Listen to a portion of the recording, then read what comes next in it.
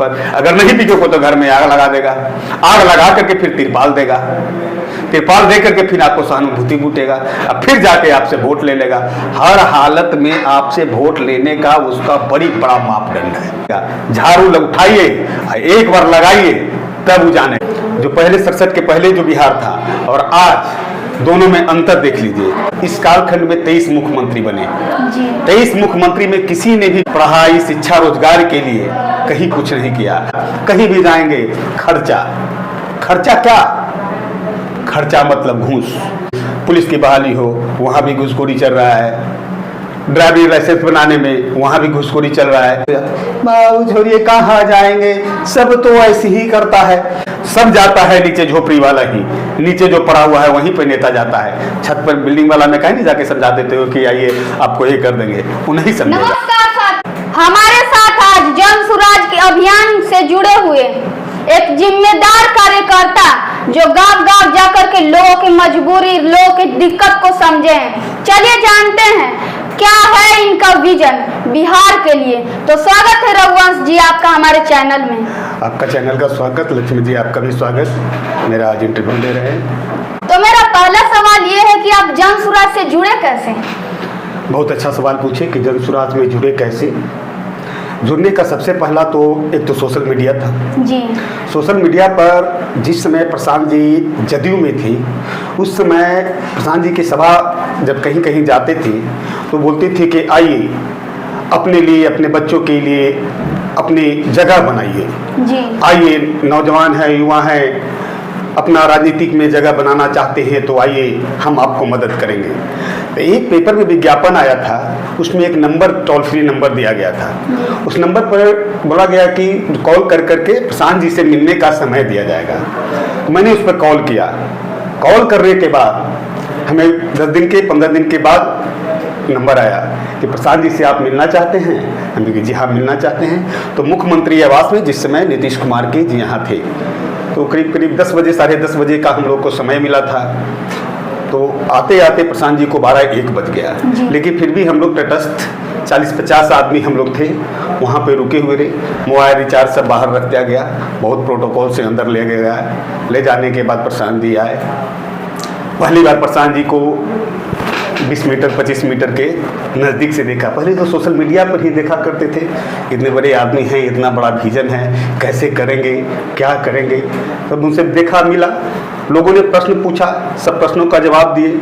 उसमें हम भी एक प्रश्न पूछे कि सर आप तो अनुभवी हैं, आप तो देख करके बता देते हैं क्या किसकी क्षमता है। तो बोले कि हम कैसे बताएंगे, आप करके दिखाएंगे तब हम उसमें आपको मदद करेंगे, पहले तो आप कीजिए। तो मैंने उनको बोला कि सर मैं जा रहा हूँ, एक रसीद आगे लगा हुआ था काउंटर पे, जाया और रसीद काट कर करके मैं चला गया। फिर उसके बाद लॉकडाउन आ गया। लॉकडाउन में बात बंद हो गई तो नीतीश कुमार से भी जो सीए और मुद्दे पर जो विवाद हुआ उससे प्रशांत जी छोड़ के चले गए। फिर वो लेकिन संकल्प लिया था कि मैं बिहार के लिए करूँगा, मैं आता हूँ। जब वो आए तो बात बिहार की शुरू किए। सोशल मीडिया पर जुड़े हुए थे, चला रहे थे, फेसबुक पर अपना वीडियो डाल रहे थे। आया कि एक अभियान लेकर के आ रहे हैं, पदयात्रा, गांव समाज में जा जा के घर घर जा के जागृति करना है, लोगों को समझाना है, बताना है कि आप जब तक नहीं जगेंगे, जब तक समाज नहीं जगेगा, तब तक बिहार का कुछ नहीं होगा। ये प्रयास प्रशांत जी खुद अपने करने चल रहे हैं। 2 अक्टूबर 2022 से उन्होंने अभियान शुरू किया कि मैं खुद प्रशांत किशोर 2 अक्टूबर 2022 से पश्चिम चंपारण के भितिहारवा से पदयात्रा शुरू करने तो आइए, और जिनको भी अपनी कंधा लगाना है, पसीना बहाना है, 1 महीना 2 महीना 10 दिन 15 दिन जितनी भी दे सकते हैं वो आइए दीजिए। तो मैंने भी उसमें फॉर्म भरा। गूगल भरने के बाद 70 या 75वां, हमारा एग्जैक्ट तो याद नहीं है, 70 या 75वां नंबर आया। तो जैसे जैसे नज़दीक आया दिन, और उससे हमारी जिज्ञासा बढ़ती गई। पदयात्रा तो कभी देखा नहीं था, टीवी में प्रचार में कभी कभी सुना था, सत्याग्रह सुना था। अच्छा, पदयात्रा की कहानी क्या है आपको? वही पदयात्रा की कहानी बता रहे हैं। पदयात्रा तो मैंने देखा नहीं था, कभी सुना था कि फलना बाबू ने पदयात्रा की है, वो पदयात्रा की है, वो पदयात्रा की है, लेकिन इनका पदयात्रा तो आए जब 2 अक्टूबर 2022 को जब बैगेज के साथ मैं शेखपुरा हाउस पहुंचा। से पूरा हो जाने के बाद प्रशांत जी निकले करीब 9 साढ़े 9 बजे। नारियल था, पूजा मंत्र हुआ, फूटा। उन्हीं के पीछे गाड़ी पे मैंने सवार होकर के भितिहरवा गए।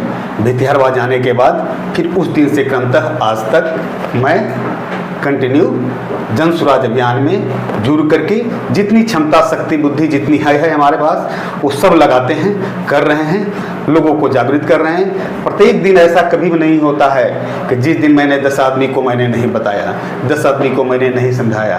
काहे जुड़ेंगे, क्यों जुड़ेंगे, आपको क्या फायदा होगा, किस लिए आपको आना चाहिए, ये बातें लोगों को बताते हैं। तो मेरा ये सवाल है कि जन स्वराज आखिर है क्या और आपका इसमें क्या रोल है? नाम का शाब्दिक अर्थ अगर आप देखते हैं जी, नाम को अगर सुनते हैं कि जन स्वराज क्या है, तो जन मतलब जन, आदमी, मानव, स्वराज मतलब सु माने सुंदर, राज मतलब राज। जन स्वराज माने जनता का सुंदर राज। एक परिकल्पना, एक सोच है, नई सोच है, एक सामूहिक प्रयास से इसको किया जाना है। प्रशांत जी इसी अभियान को, जन स्वराज को घर घर तक पहुंचाने के लिए एक पदयात्रा के माध्यम से लोगों को बताने के लिए शुरू किए हैं। जन स्वराज एक जनता का सुंदर राज लाने के लिए, राम राज लाने के लिए, जो 1967 से 90 तक में जो पहले 67 के पहले जो बिहार था और आज दोनों में अंतर देख लीजिए। वही स्वराज लाने के लिए कि जो आज तक किसी ने नहीं किया। 1967 से 90 तक में आप देखेंगे 23 इस कालखंड में 23 मुख्यमंत्री बने। 23 मुख्यमंत्री में किसी ने भी पढ़ाई, शिक्षा, रोजगार के लिए कहीं कुछ नहीं किया। आज हम भी अगर कम पढ़े लिखे, चाहे कहीं बाहर जा करके मैंने पढ़ना पड़ा, तो कारण क्या हुआ? यहाँ व्यवस्था का ध्वस्त होना। मैंने डिप्लोमा किया है आई में। जिस समय 94 में मैंने डिप्लोमा करने के लिए गया तो उस समय यहाँ डिप्लोमा नहीं होता था, आई में डिप्लोमा नहीं होता था। तो मैंने सीतापुर आई हॉस्पिटल है उत्तर प्रदेश में, लखनऊ से 90 किलोमीटर दूर काठगोदाम वाली रोड में एक सीतापुर डिस्ट्रिक्ट है, वहाँ मैंने डिप्लोमा किया। तो यहाँ व्यवस्था नहीं रहने के जा करके वहाँ प्लान कर करके हमको करना पड़ा। फिर यहाँ जब आए तो यहाँ भी वही व्यवस्था, न सर्विस सेक्टर में न कहीं कोई काम करने का व्यवस्था, नहीं कुछ। तो फिर अपना क्लिनिक चलाना शुरू किया। उस समय तक मैं अपना क्लिनिक ही चला रहा था। जब इनकी बात सुनी, हृदय में घुसने के बाद मुझे लगा कि यह तो मेरे लिए कर रहे हैं। मैं भी यही सोचता था। पहले प्रशांत जी के जो बात कहते थे कि ऐसे बदल जाएगा बिहार, ऐसा करना चाहिए, स्टालिन ने ऐसा रसिया को करके दिखाया, इतना क्रांतिकारी काम किया, शिक्षा पर ऐसे काम किया, लोगों को रोजगार देने का ऐसा काम किया, सबको आत्मनिर्भर बनाया, तो किसी ने मेरी बात को मानता नहीं था। पागल हो गया है, ये ऐसे होने वाला बात है। जब प्रशांत जी ने अभियान जब शुरू किया, तब लोगों को, जब एक साथी हमारा मिल गया जो कहने वाला तेज आवाज में, कंठहार, सूत्रधार, तो लोगों का विश्वास होने लगा। तब फिर धीरे धीरे धीरे धीरे आज भी बात कहते हैं तो लोग सुनते हैं, कहते हैं कि प्रयास तो ठीक है, लेकिन अभी भी लेकिन लगाते हैं। लेकिन भी खत्म होने वाला है। एक निश्चित है कि ये समय आएगा कि जो प्रशांत जी ने जो सपना देखा है उसको साकार करके ही हम लोग दम लेंगे। अच्छा, जब जन स्वराज की सरकार आएगी तो जो बिहार की लचरी हुई शिक्षा व्यवस्था है उसको किस प्रकार से ठीक करेगी? प्रशांत किशोर जी क्या ऐसा एक्शन लेंगे जिससे व्यवस्था सुधर जाएगी? सबसे पहले तो सही लोग रहेंगे तभी ये व्यवस्था बनेगी। जी जी, सोच तो हमारा है ही, पहले ही विजन बता चुके हैं। हाँ जी। सही लोग जब मिल करके आ जाएंगे, चुन करके आ जाएंगे, तो पहले से हमारा प्रोग्राम बना हुआ है कैसे शिक्षा को दूर करेंगे। शिक्षा दूर करने के लिए बताया ही है कि हर एक प्रखंड में एक विद्यालय बनना है। वो विद्यालय में नेतरहाट जैसा, सैनिक जैसा एक विद्यालय बनेगा जिसमें आवासीय होगा, एकोमोडेशन उसमें रहने का होगा, बच्चे वही रहेंगे, फिजिकल एक्टिविटी जितनी भी क्रियाकलापें होते हैं, जैसे आसिम मुर्तल्ला एक स्कूल है, बहुत अच्छी स्कूल है, उसमें क्या फैसिलिटी है, बच्चे तो वही है, व्यवस्थाएं अच्छी है, टीचर गुणवत्तापूर्ण है, समय और साधन के साथ सब काम कर रहे हैं, तो बदलेगी। आज बिहार की ऐसी हालत है कि बिल्डिंग है तो उसमें टीचर नहीं है, टीचर है जहाँ बिल्डिंग नहीं है। इसको देख करके आपको क्या लगता है बिहार सरकार निकम्मी बैठी हुई है? इसमें कुछ पूछने की बात है। धीरे धीरे ध्वस्त चरवाहा विद्यालय खोले, बोरा पर बैठ के किए, तो बोरा से बोरे पर आज भी पेड़ के नीचे ही बैठ करके पढ़ रहे हैं। ध्वस्त व्यवस्था, बिल्डिंग नहीं है, बच्चे हैं तो बिल्डिंग नहीं है, बिल्डिंग है तो बच्चा नहीं है, बच्चा है तो शिक्षक नहीं है, शिक्षक है तो तीनों नहीं है। तो ये व्यवस्था को बदलने के लिए ही तो हम लोग इतना प्रयास कर रहे हैं। बिहार के युवा आगे देखा जाए तो अगले राज्य में जाते हैं, पलायन करते हैं, महाराष्ट्र जाते हैं, गुजरात जाते हैं, दिल्ली जाते हैं और अनेकों प्रकार के राज्य में जाते हैं और वहाँ पे रोजगार के लिए ढूंढते हैं। वहाँ पे उनको बहुत सारी परेशानियाँ देखने को मिलती है और वो परेशानियाँ झेलते हैं। तो जन स्वराज की जब सरकार आएगी तब क्या ऐसा सिस्टम रहेगा जिससे यहाँ के वो युवाएं जो है वो यहीं रुकेंगे, यहीं पे काम करेंगे? बिहार के युवा बाहर जाते हैं काम करने के लिए, जी जी, काम करते हैं 8 घंटा 10 घंटा। अगर यहाँ भी अगर उनको काम दे दिया जाए 8-10 घंटा का तो काम होगा, मिलेगा। यहाँ कहेंगे है क्या कि दीजिएगा, उनको पूंजी देंगे, उनको टेक्निक सिखाएंगे, जो वहाँ जो काम करते हैं यहाँ करेंगे। जब पूंजी आपके पास मिल जाएगा, अभी आप कुछ नहीं करते हैं, आपको पास 1-2 लाख रुपया मिल जाएगा तो आप घर के आगे कुछ घर दुकान कर सकते हैं। जिस क्षमता जिस लेवल में है, गाय पोसते हैं तो गाय पोस सकते हैं, 2 गाय बढ़ा सकते हैं, 3 गाय बढ़ा सकते हैं, किताब की दुकान कर सकते हैं, ट्यूशन पढ़ा सकते हैं। जो भी आपके अंदर में जो प्रतिभा है वो पैसे पूंजी के बिना ये रुका हुआ है। जिस दिन पैसे पूंजी आ जाएंगे तो आसान हो जाएगा। आसान होने का कारण है कि सरकार की एक ऐसी व्यवस्था है कि बैंकों द्वारा लोन आपको दिया जाएगा, वो आए और अपना घर पे, अपने पंचायत में, अपने जिले में काम करें। इसलिए आह्वान भी किया जा रहा है कि व्यवस्था जब बनने वाली है दीपावली के बाद, जब अगली सरकार जब आने वाली है तो बिहार के जितने भी नौजवान बाहर गए हुए हैं वो अपना छुट्टी लेकर करके आए, आ करके यहाँ योगदान दें, अपना वोट डालें बिहार को बदलने के लिए, अपने लिए, अपने बच्चों के लिए, अपने बच्चों के पढ़ाई के लिए, रोजगार के लिए करेंगे तो निश्चित इस आपको दिखेगा आगे चल के कि हाँ एक व्यवस्था बनते दिखेगी आपको। एक आम आदमी जब अस्पताल जाता है तो वहाँ ना दवाई मिलता है, ना डॉक्टर मिलता है और उसका ना कुछ इलाज होता है, तो इस हालत को कैसे सुधरेगा? सुधारने के लिए ही तो आए हैं। पूरी व्यवस्था में भूल लगा है, किसी भी डिपार्टमेंट, चाहे जिसका भी बिहार सरकार का किसी भी डिपार्टमेंट में, सब में भूल लग गया है। लगने का कारण क्या है? कोई एक दूसरे को बात मानता ही नहीं है। नहीं मानने के कारण है कि सरकार की लच्चर व्यवस्था, जब वही आदमी, वही प्रशासन, जब सरकार और नीति जब ठीक रहती है तो वही आदमी टाइम से ड्यूटी जाता है, अंगूठा लगाता है, पेशेंट को बेडशीट बदलाता है, ब्रेड मिलता है, पकौड़ा मिलता है, केला मिलता है। जब कब सरकार दुरुस्त होती है, जब व्यवस्थाएं दुरुस्त बनती है, नीयत जिसकी अगर साफ होती है तो काम यहाँ दिखने लगता है। नीयत ही गड़बड़ है। नीयत गड़बड़ होने का कारण है चल रहा है, कोई देखने वाला नहीं है, ना कोई मॉनिटरिंग करने वाला है, तो सब व्यवस्थाएं भी इसी तरह है। जहां जाइएगा, कहीं भी जाएंगे, खर्चा क्या? खर्चा मतलब घूस। किसी भी काम करने, आप पीएमसीएच में जाइए, दवाई डॉक्टर ने लिख दिया, आपने बाजार से लिया है, कहा कि काउंटर पे दवाई नहीं है, बाहर से लाइएगा, दवाई लिख दिया, दवाई लाने के बाद वो दवाई आपको कितना चढ़ा कितना लगा तो आपको पता नहीं है। फिर वही दवा का पॉलीथीन वो केमिस्ट के पास चला जाता है, फिर वहां से उनको कमीशन बनता है। ये प्रत्येक दिन का काम है। किसी भी डिपार्टमेंट, रेडियोलॉजी में जाइए, चश्मा में जाइए, कहीं भी जाइए, इसी व्यवस्था में घूस के अंबार लगा हुआ है। वहां से रेफर करते हैं, ए दवाई, वहां से कमीशन बनता है। ये जानते हैं, सबको जानते हुए भी इसको कोई ठीक करने का प्रयास नहीं कर रहा है। नहीं करने का कारण है आपका ऊपर जो नायक बैठा हुआ है वो कमजोर पड़ गया है, वो सुस्त पड़ गया है। जब तक वो नहीं जागेगा, जब तक उसको पेथेडिन और कोरामिन का इंजेक्शन नहीं लगेगा, तब तक कोई उपाय नहीं है।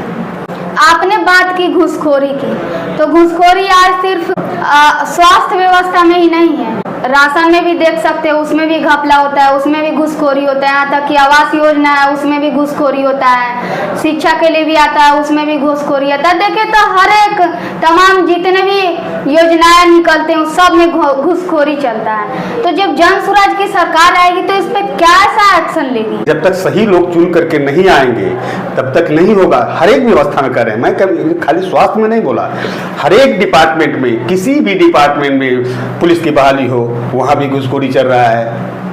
ड्राइविंग लाइसेंस बनाने में वहां भी घूसखोरी चल रहा है। अभी ड्राइविंग लाइसेंस आपको बनाना है, 8 से 10 हजार रुपया लिया जा रहा है, कुछ नहीं करना है, अंधा आदमी को भी ड्राइविंग लाइसेंस बन जाएगा, केवल उसको खड़ा हो जाना है। ये क्या दिखा रहा है? तो क्या आपको लगता है जब जन स्वराज की सरकार आएगी तो सचमुच में इस पे एक्शन लेगी? निश्चित एक्शन लेगी। यही विश्वास के साथ ये प्रयास किया जा रहा है कि जितनी बातें मैं जनता को बता रहा हूँ अक्षर सह धरती पर उतारूँ, उनको करके दिखाऊं, ताकि उनको संवेदना महसूस हो, तभी जाके के व्यवस्था में बदलेगी। व्यवस्था बदलने के लिए हम लोग इतना प्रयास कर रहे हैं। निश्चित बदलेगी, हर एक डिपार्टमेंट को शुद्ध किया जाएगा। जब एक बार अपने बच्चे और पढ़ाई और रोजगार के शिक्षित नहीं होने के कारण भी है। मान लिया कि हम पढ़े लिखे नहीं हैं, एप्लीकेशन नहीं लिखने आता है, कुछ लिखने नहीं आता है, तो जाएगा वहाँ एप्लीकेशन लिखने के 10 रुपया लगेगा, 50 रुपया लगेगा, उनसे लिखवाइए। वहाँ भी बैठे हुए माने दलाली, पीसी हर एक डिपार्टमेंट में 2% 4% का लग गया है। बिना घूस का कहीं कोई बात नहीं कर सकते हैं। ये एक दिन में नहीं हुआ है, धीरे धीरे हुआ है। पहले रसीद काटने के लिए घर पर आता था कर्मचारी, घर पर आके कर्मचारी काटता था।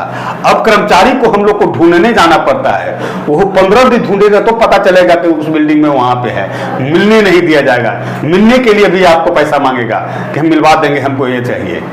दलाली चल रहा है हर एक डिपार्टमेंट में, कोई भी डिपार्टमेंट में, सब में दलाली चल रहा है, सब में पीसी चल रहा है। इसको ठीक करने के लिए ही हम जैसे युवा जब तक जागेंगे नहीं, जब तक उठेंगे नहीं, तब तक नहीं होगा।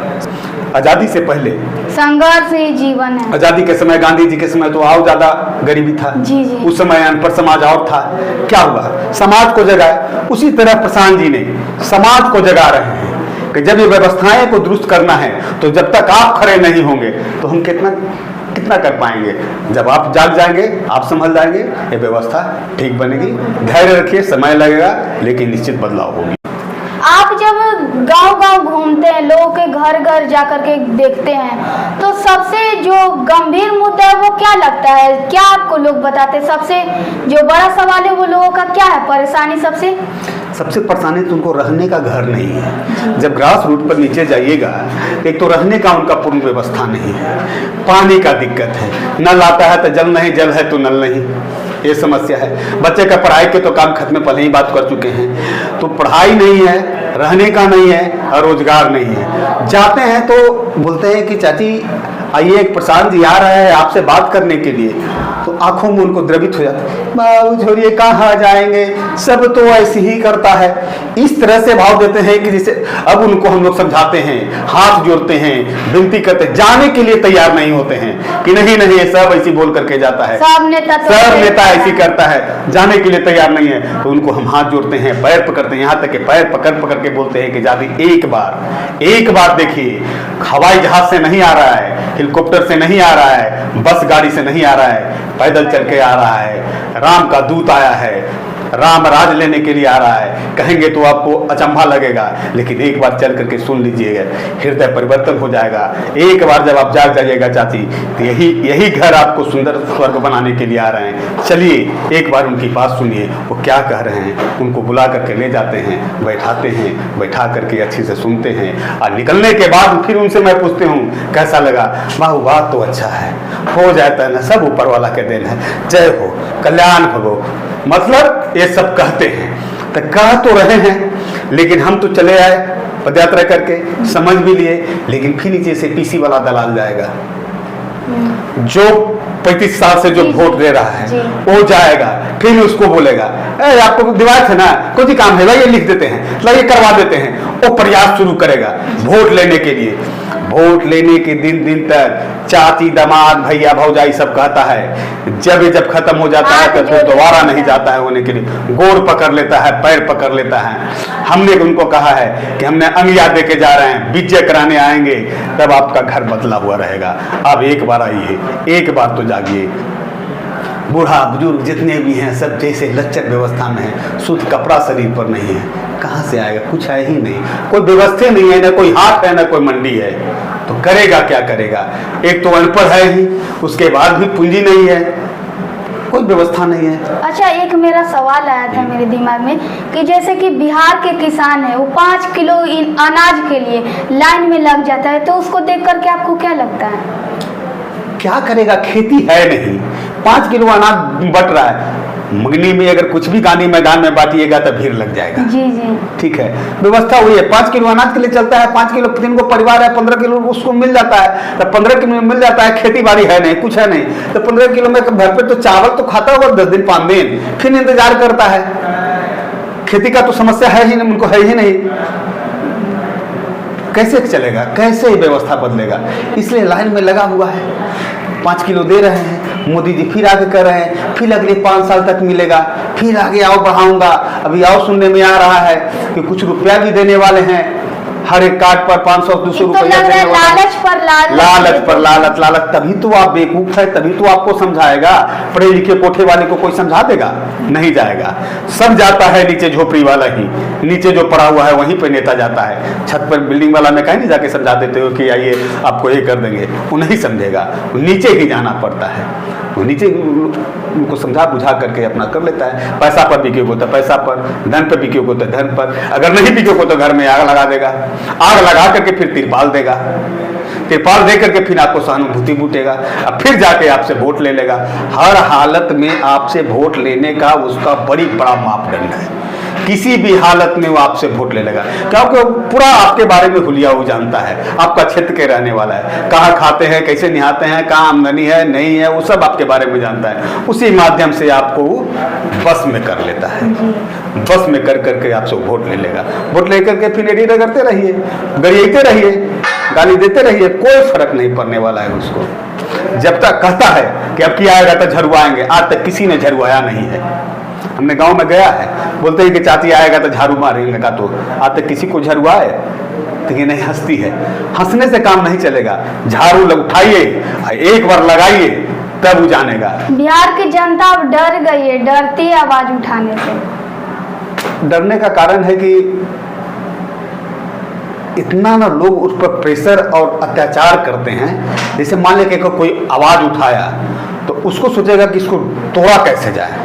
तोड़ने के लिए आप खेती करते हैं, खेती करते खेती में बाधा करेगा, दुकान चलाते हैं तो दुकान में बाधा करेगा, किसी के घर में आग लगा देगा, ये कर देगा, वो कर देगा, मजबूर कर देगा, मजबूर कर करके फिर तो रहना है आपको वहीं, उसी के साथ आपको फिर रहना पड़ता है। आप बिहार के लोगों को क्या संदेश देंगे और कैसे भरोसा दिलाएंगे कि हाँ जन स्वराज की सरकार आएगी तो ये काम जरूर करेगी? कैसे लोगों को मोटिवेट करेंगे?